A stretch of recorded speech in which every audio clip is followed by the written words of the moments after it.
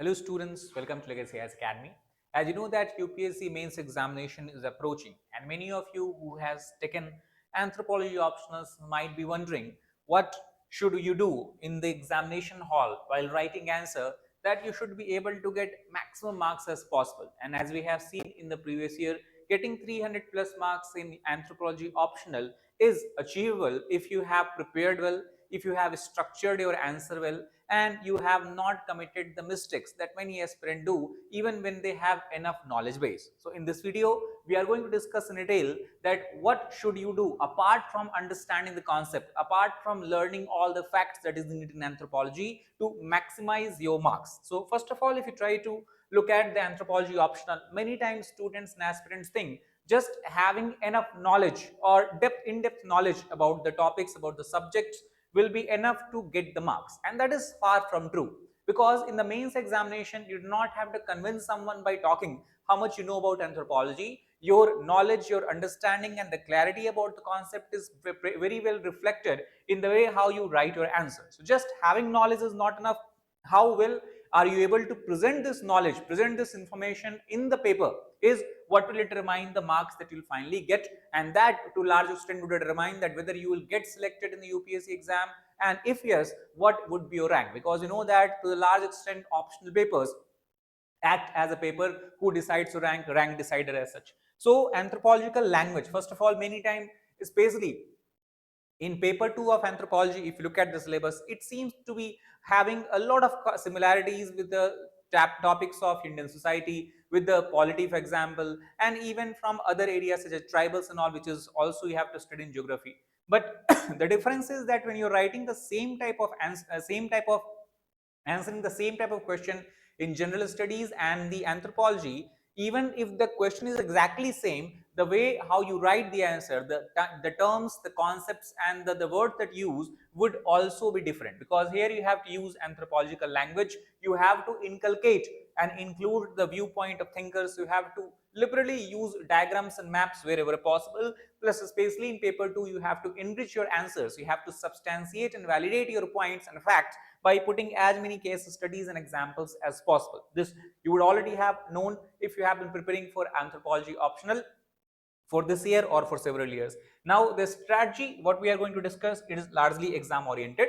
So first let us try to understand that if any examiner is reviewing your question and answer, what he is thinking. So first of all, the questions in the UPSC exam, they come with a directive. Directives means we'll discuss seen later also. Example, a statement is given and after the term discuss is used. Other statement is given or fact is given and then examine critically is the term used. In simply other questions, simply examine term is used. Then you have evaluate, then you have discuss. So each of these directives require answers to be presented in the different way, in their own way as such. So the first thing examiners see is that whether your answer is based on the directive that was the demand of the question. Second, whether the concepts particular to that or specifically relevant to that particular question, whether those concepts have been properly explained or not, or more importantly, examiner try to look to your answers into your mind that how well you are able to understand a particular concept in the subject. Third, whether the arrangement of the answers are in a proper order, are in the logical structure or not. And finally, the evidence and balance. Many times you have to look at the both views, the pros and cons in many of the questions. So the evidence and balance, both of them also are many times examined by the examiner. Now directive words we have seen, it can be such as directives can be like discuss for example. So if a statement is given and the term used is discuss, in that way you have to write the answer the answer in different way. In examine you have to find out whether the statement that is given in the question, to what extent that a statement is correct, to what extent that a statement is wrong, if there is something more value that you can add. Third is evaluate. Fourth is critically examine. So for example, if you have a critically examine type of statement, you know that you have discussed both parts, that is pro and the cons, or arguments you have to present both in the favor or against the statement that is given, or the statement the fact that is given there. Analyze means you have to analyze that, and comment means you have to talk about your own viewpoint as well as the viewpoint of scholars as far as a particular topic is concerned. So this is simply to give you idea that directives play a very important role in how would you structure and present your answer. Now, what I would suggest is that when you get the question paper and you start writing your answers, if every answer, before every answer, your answer before being presented on the paper should have a kind of rough framework in your mind. That means I would suggest that do a 30-second planning. For example, look at the question, then identify what is the question actually demanding, because many times, especially in the examination hall, when you have so much stress and you have so much information overload in your brain, what aspirants do or commit, what kind of mistake they commit is that they write everything which they know about the topic or concept that is asked in the question. That is what you do not have to do. You have to first understand that those similar type of topics and concepts are given in the question, whether your answer is justifying the demand or whether it is meeting the demand of question or not. For example, if question is asked about the types of marriage, you should not go and start explaining what is marriage, right? If the question is asked about preferential marriage rules, you do not have to go and talk about the different type of marriage rules and whatever you know about those marriage rules. So that is the first thing. Second, in anthropology, you have to study about many thinkers, dozens of thinkers you have, both from India as well as from outside of India. Especially in paper one, try to recall them. What is their viewpoint on any particular topic? For example, we talk about Malinowski, we talk about Morgan, we talk about Claude Levi-Strauss. So if a particular question is being asked or a particular concept is being asked, recall that whether any view you can add from those thinkers, what is their observation about this.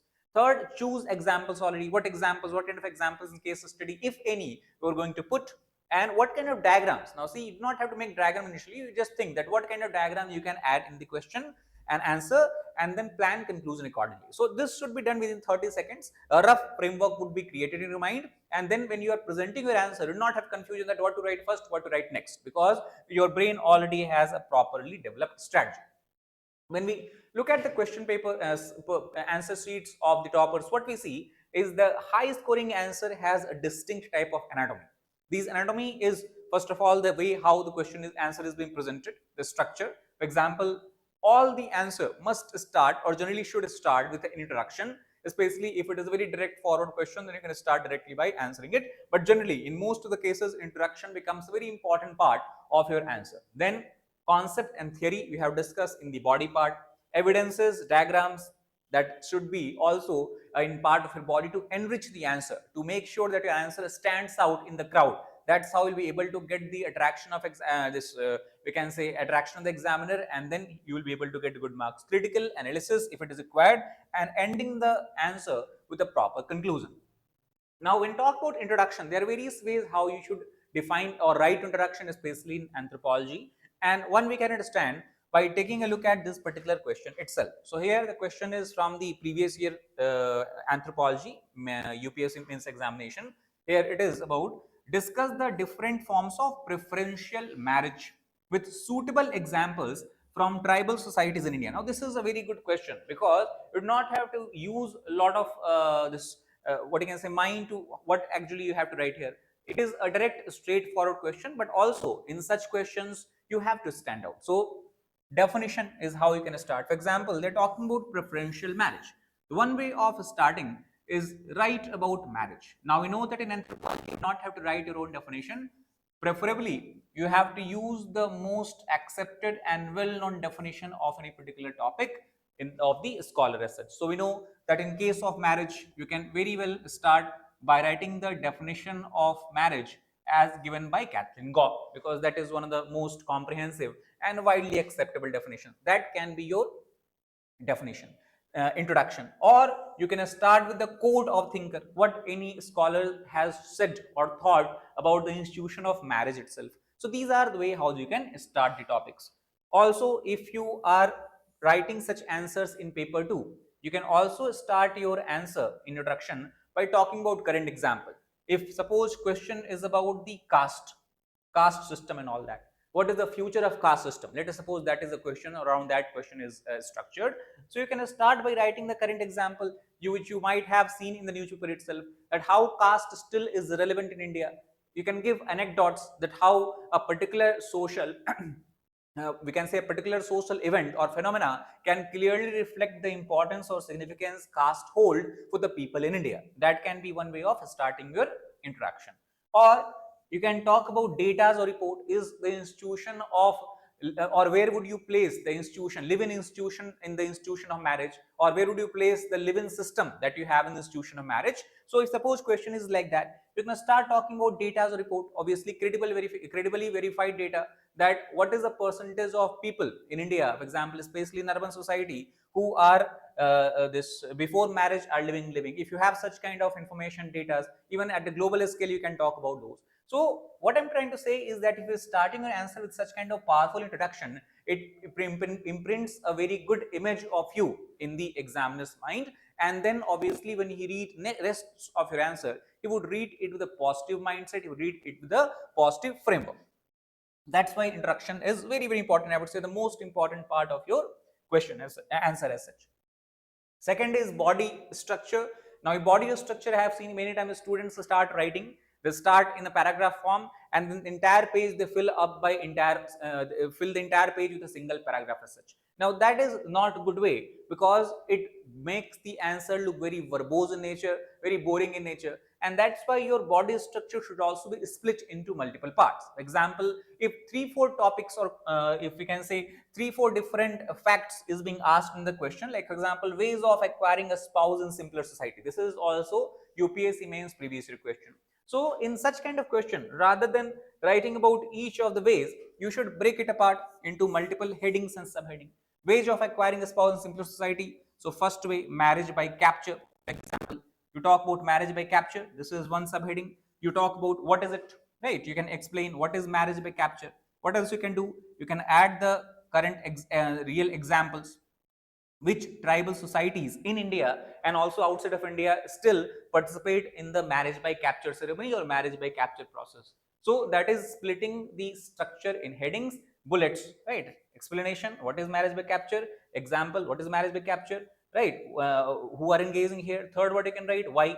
Also we can add here, why such kind of process, such kind of methods are followed in the particular society. There must be some valid reason behind this. So you have one heading and you have 3 bullet point, 3 subheading as such, right?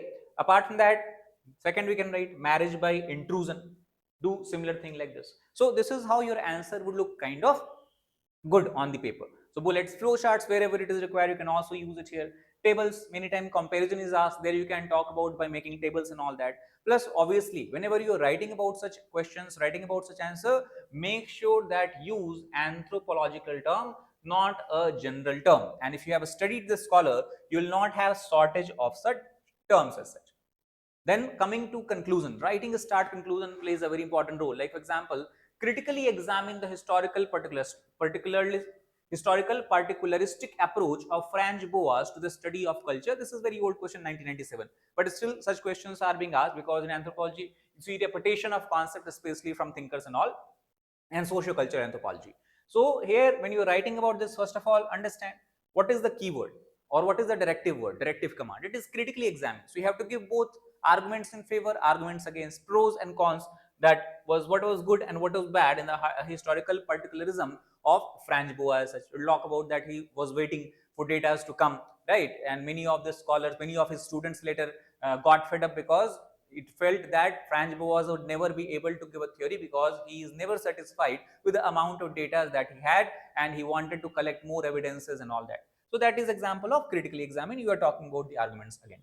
So anthropological insight, basically you can talk about what the other scholars thought about Franz Boas model or Franz Boas theory, even his students, why they later moved on and adopted different schools in the anthropology. So that can be a good way how you this conclude your answer, by putting an insight of anthropologists as well as by putting a balanced view as such.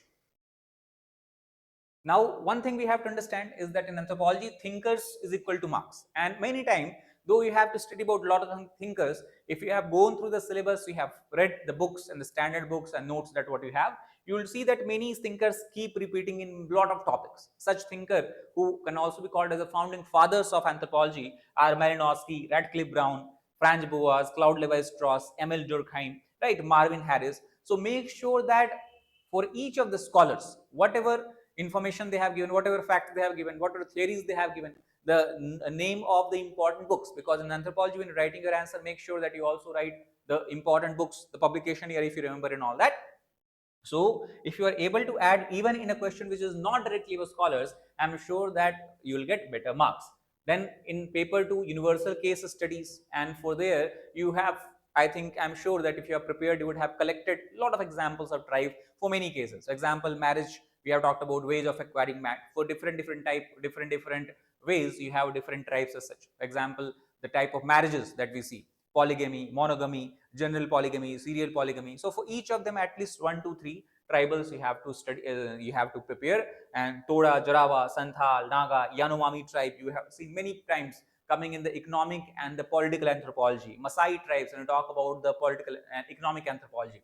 So these should be liberally added, because when you talk about the tribes, and then you are able to relate what kind of concept a particular tribe is related to, what kind of institution of particular tribe is related to, obviously it gives or brings credibility to your answer. So tables we have discussed. Whenever you have to compare, because many times compare and contrast this question is asked, discuss and describe race versus ethnicity. Sometimes they also do it in the 5-mark questions that we have. So culture versus civilization. So make sure that not just write in paragraph form what is culture, what is civilization, that's all. So whenever you have a possibility to compare two different concepts, always make a table. On one side, write all the important and salient features of culture. What is culture? What does culture stand for? Other, talk about the civilization. You can also make two tables actually in this case. For example, culture versus civilization. What you should do? What are the similarities? Second, what you can do?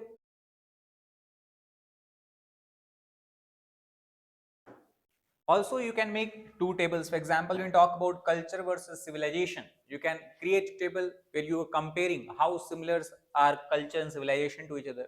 In second table, you can also talk about the differences, dissimilarities. So that's how you should be able to use the table as such. High value keywords, again, holism, ethnography, acculturation, inculturation, culture relativism. Now this you can also explain, for example, by using simple language, normal language. But in anthropology, I would suggest that always use the high value keywords, technical keywords that you have here.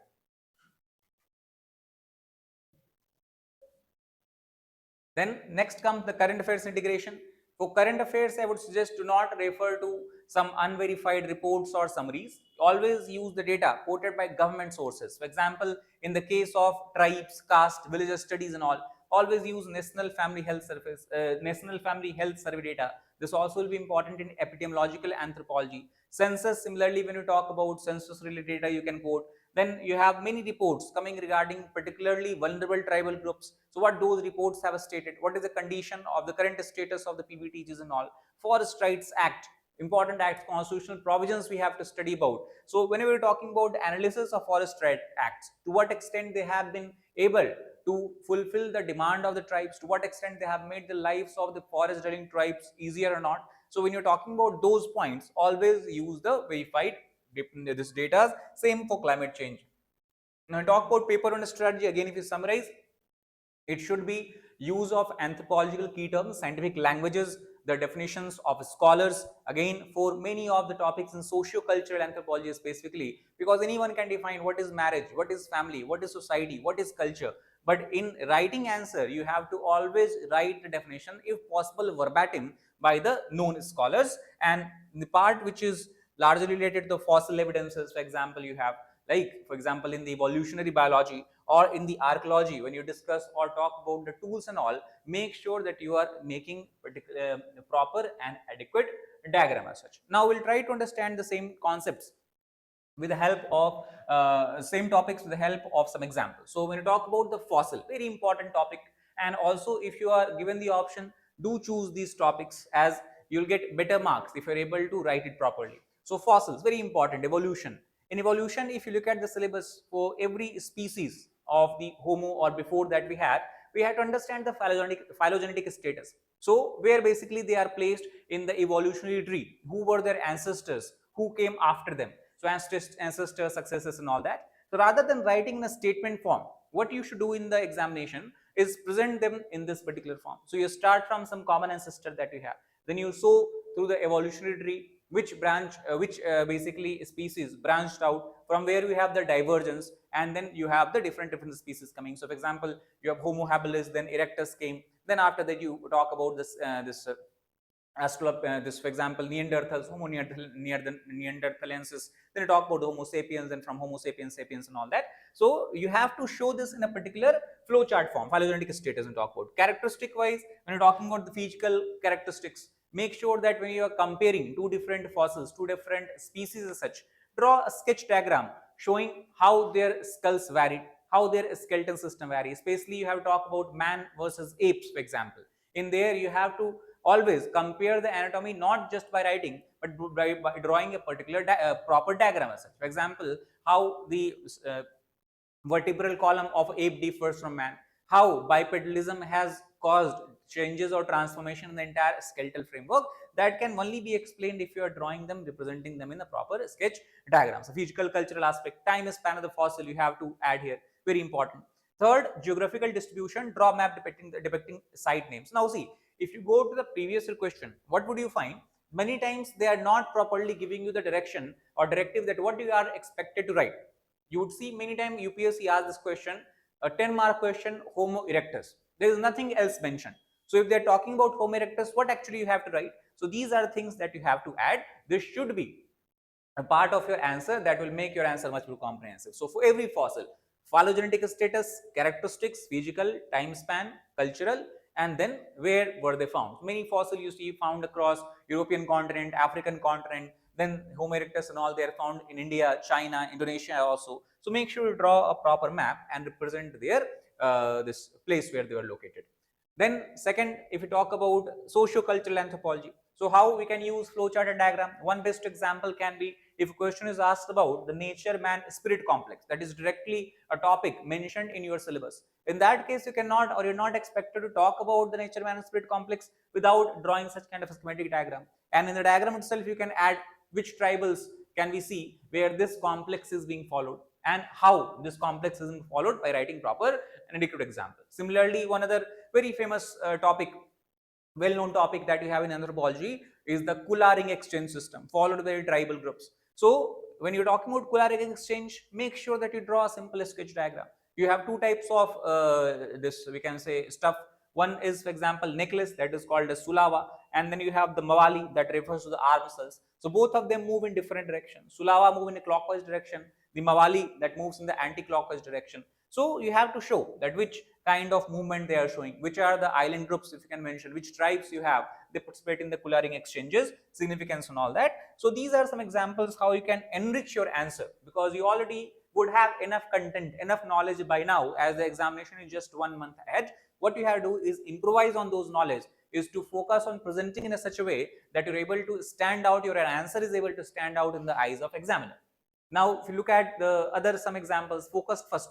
If you have to start with the answer writing paper 1, focus first on those topics where question is of a static nature, where you already have this read the concepts and terms and the entire thing multiple times, and also where you have more scope of drawing this making diagrams and examples, because that's where you will have the possibility of standing out. Scholarly approach to write answer. The collaring, for example, you have taken. Collaring was made famous by Bronislaw Malinowski. For example, many times you will see questions are like this: collaring exchange, 5-mark question. So how are you expected to write this? So first we have seen you draw the proper diagram, map how the Kular systems, communities move or the stuff move. Collaring was made famous by Bronislaw Malinowski. What we are talking about, the name of scholars who first of all talked about this, discuss about this, consider the father of modern anthropology, and work had in similar work or topics such as Argonauts of the Western Pacific. That is the book in 1922 which he published. He mentioned about the system. So when you are starting your introduction in such a way, it impacts the mind of examiner. Basically, it is very impactful kind of this introduction itself. Latest news pertaining to anthropology, you should be aware about that. If I can add in the examples or in the current affairs in conclusion itself. For example, when talk about the fossil. So even though if old fossils are being asked, if you have or you are aware with some major discovery, breakthrough that we have achieved in recent time, make sure that you talk about this.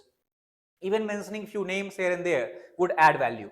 Launch of the new government schemes for tribals, particularly vulnerable tribal groups, or new finding in the genetic research in the case of human genetics. We know that, for example, CRISPR-Cas technology we talk about. So many such advancement is being made. These days, artificial intelligence also is playing a very important role in carrying out the research in the field of medicine, genetics and all that. So human genome program, we can take an example. So all these you have to add in the current affairs, even though question is not directly asking about it.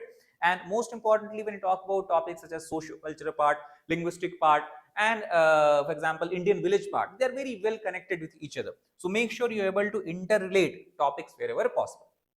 When you talk about paper 2, overall we have to study about the village systems, contribution of Indian scholars as well as tribals. So here constitutional schemes, for example, is given. So you can enrich your answer by talking about the constitutional schemes and provisions that we have made to ensure that the rights of the tribal groups, rights of the marginalized community are ensured. Policies that government has formulated for them, the tribal sub plan and all different kind of things you would have studied about. The recommendations and the findings of important committees such as Khaka committee you have, right? So those we can add. And apart from that, current examples, this is very important part. You would have studied it in the newspapers and all that. And now if you take a look at few questions how you can answer if it is asked. So in the prehistory based question, when we talk about a particular age, for example, Mesolithic, Neolithic, Paleolithic. So whenever question is asked about a particular age, and again if you're not sure what you have to write, what should be the part of those topics? So prevailing climate you have to add. What kind of climate the particular age witnessed? What are the major tools and tool types being used by the species that used to inhabit that time? Tool technology, most oriental technology, for example, you'd have studied about. Tool material, whether it was stone based tool, lithic tool, whether it was non-lithic tools such as bone based tools, wood based tools. What were the prominent sites both in India and outside of India where we have discovered the fossils, tools and archaeological findings from that?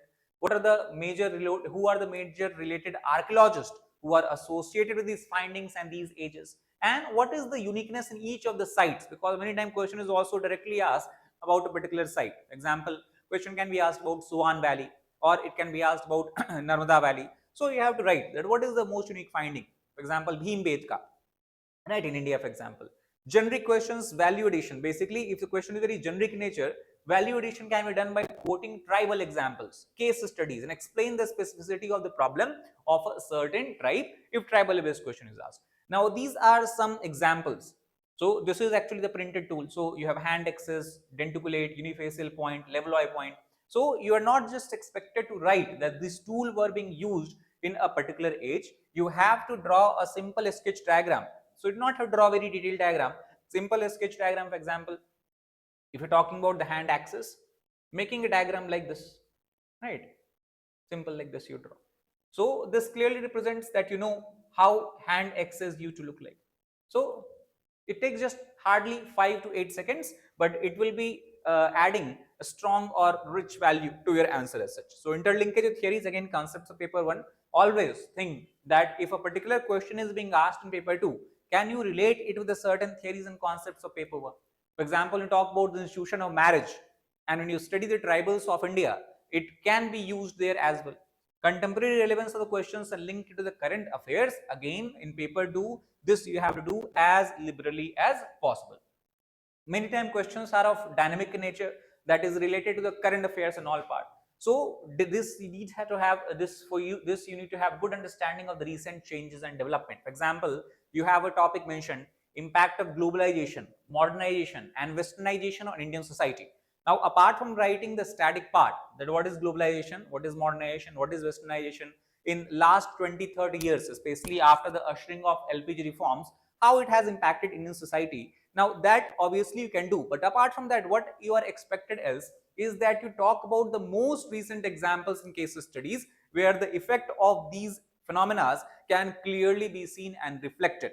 So, you have to be aware about recent changes in development to try to add data and current affairs from. Again, newspaper can be the best source for this. Ethnic conflict, caste conflict, caste assessment conflict that you have, government policies, etc., can be prepared from newspapers. And again, when you talk about the caste conflict, you can quote many examples. Every week you'll have at least 1-2 example where the relevance of caste system would be reflected, where the behavior of people in doing something would to some extent will be guided by the caste affiliation and all that.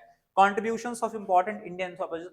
Very importantly here also, when you're talking about these things, you can add the observation of Supreme Court or High Court for that matter. Contribution of important Indian anthropologists can be written in generic questions as well, even if it is not directly asked. It gives examiner idea that you are aware about the contribution made by these people in different fields as such. And again, to repeat, integrate paper 1 and paper 2 themes. This, when you are able to do so in your answer, gives examiner idea that you have a holistic understanding of the entire topic. You just not have completed every topic in a silo and are not able to connect the points and connect the themes as such. So that is very important part.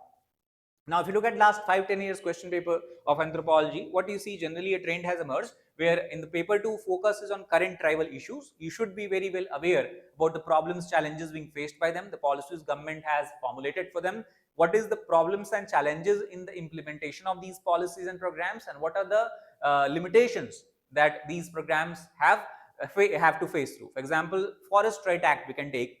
It was brought in with a perspective, with a purpose of giving land rights to the traditional forest dweller. But what is the issue? Issue is that the officials involved here, officials responsible here, are not providing this kind of land grants and land deeds to the people, because they are not able to submit the proof. And you can understand the problem is that these tribals who have been living without any kind of documentary evidences and proof, it becomes quite difficult for them to prove that yes, they have been a traditional forest dwelling tribe and such. So those kind of challenges you should be aware about, and those you can inculcate in the answer as well. So policy based plus a static blend. Case study is obviously expected. When you talk about the impact of infrastructure development and industrialization on the tribal society, here you are expected to write the case study. For example, when a particular industry was being developed in a particular region of India, to what extent it impacted a tribe, how their livelihood was impacted, how many people became displaced, and how many people lost their homes, how many people lost their livelihood, and what happened to them after. So this kind of thing is expected in paper 2, integration with contemporary scheme. And now what we are seeing is in last 3 to 4 years, the paper has become more analytical nature, and that's why your answer should also meet the demand in that way. Now, when you talk about the answer writing, many times while going through or evaluating the question answer sheets, some common challenges seems to emerge from the aspirant's point of view. And the first is just over focus on theory itself rather than using the application or concept in writing answer. They try to explain theory in more detail. Now this is something you have to avoid. Diagram skills are not properly developed. They are very poor in making diagrams and all that. So this is something we have to improvise, because in last 1 month, apart from revising everything, reading the same concepts again and again and again, you have to use this. This will not take much of time, but if you're able to do that in examination hall, then obviously you will be able to be far ahead from your competitors or from other aspirants. Lack of case study integration, this is the most common weak area that we see in the papers, in the answer sheets and all that, especially in paper 2. And most importantly, if you look at the anthropology, in the last month also, you should go through the PYQs, not only to solve them, not only to write answer for them if you have not done it till now, but also to understand that from a particular topic which kind of question is being asked. If you have idea that if you take topic of society or marriage, family, for example, in last 15 years, how questions were framed by UPSC in the family, if you are able to understand that, then in your mind itself you can understand that okay, this is how you are going to structure your answer if similar type of questions is being asked. This will give you confidence, and when you see such questions in examination hall, you will not be feeling any kind of anxiety and fear. You will have everything fixed in your mind, and when you start your answer with such questions, it gives you extra confidence, boost your confidence. And then even those questions which might be difficult in nature, which might be bouncer type of questions, you will be able to handle it smoothly without having much problem. So in last 1 month, practice answer writing as much as possible through test series and through PYQs and all that. 30-day, last 30-day we have almost, because the UPSC mains examination is going to commence in the third week of August itself. So PYQs per day, you should do it rather than reading again. Anthropology is more about presenting, or mains examination we can say generally is more about presenting your knowledge. That cannot be without writing answer or answer writing practice. PYQs per day, theories, go through 10 theories you have, 10, 12 theories you have in the anthropology. Make sure that you are very much comfortable with them, right? Third, case study example, if you have made a special this notes on all of that, keep on enriching it if you're getting the sources and all. And every week at least write full length test as such. Overall, we can say completion of static portion, revision using mind maps, practice PYQs topic wise, join basically if you're, I am sure that you have been writing test series and all that for anthropology, and maintain current affair file. This can be how we can summarize this. Again, to repeat, in the examination hall, what you should do, 5 golden rules you can follow. First, as soon as you look at a particular question, decode the directive. What are you expected to do? Marriage, institution of marriage, whether you have to analyze, critically analyze, whether you have to discuss, describe, comment a particular observation. Then what diagrams you are going to use, what flowchart if any can be used here. Underline important keywords. Many times I have seen the students are writing long paragraphs of 6, 7, 8 lines, but all this paragraph they have written without underlining even a single word. So the most important part of that paragraph you are expected to underline, so automatically the examiner's gaze would go there and he will understand that yes, you have mentioned the most important part, most important concept. Example, liberal use of examples in case studies, and again to emphasize strongly, you are writing anthropology answers, not GS answer. That's why your answer should look anthropological in nature. It should have the words, key terms and technical terms, the name of scholars, name of books that is related to anthropology, not a general statement at all. Again, if you want to maximize your marks in the UPSC mains examination, whether it is general studies or anthropology, this is something that that you have to follow in every paper. Try to attempt all the questions, do not leave in a single question. Even if some questions are of bouncer type which you are not very comfortable with, you can write anything around that area, peripheral issues and all that you might have read about. Maintain speed. Now again, here you have to be cautious, not write anything that has to do nothing with a particular question that is being asked. You might be aware about some points about that, those points are expected to write. Do not bluff, do not write some false exaggeration and all, that would be negative. But if you are not very well aware about a particular topic, you know something about that topic, then only you have to attempt. Maintain speed, because as we know that completion of the paper in 3 hours becomes a challenging task. You cannot do so without maintaining speed. Answer writing speed, if you have not picked up till now, especially if you are giving examination for the first time, I would suggest that you should try improvising here. Stay calm. Whenever you look at some difficult question, you might think that okay, your preparation is not good, what would you do? Maybe this year would be wasted and all. So a lot of such kind of thoughts start coming to you in your examination hall. That thoughts you have to ignore completely, because now you are in the examination hall. You have been you have been able to clear the first hurdle of the UPSC examination, that is prelims examination. You're sitting with few selected 1,000 people, and that is the opportunity you cannot squander by allowing these thoughts to come. So stay calm. The question that is difficult for all, because if you have prepared well, you know that you have properly covered all the topics, all the syllabus as such. And then finally, after writing answer, review it once if you can add something more and all. And finally, what we can say, that to maximize your this marks in anthropology, what we have to follow, knowledge. That is the base. Without this, you cannot write any answer in any examination, in any topic for that matter. Knowledge should be supplemented by a properly followed structure. What is the structure? Introduction, body, conclusion, within that flow chart, diagrams, many examples we have seen. Now you are well aware with that. Thinkers, wherever it is possible, put the anthropologists there, put their thoughts, name of the books, major publication, major research, diagrams, and practice. In the last 30 days, practice as much as possible. If you are able to do so, then I can say you that no one will stop you from getting the highest score in anthropology, and that can be a determining factor, important factor in determining your selection or rank as such. That's all for this particular video. All the best for the mains examination. Thank you very much.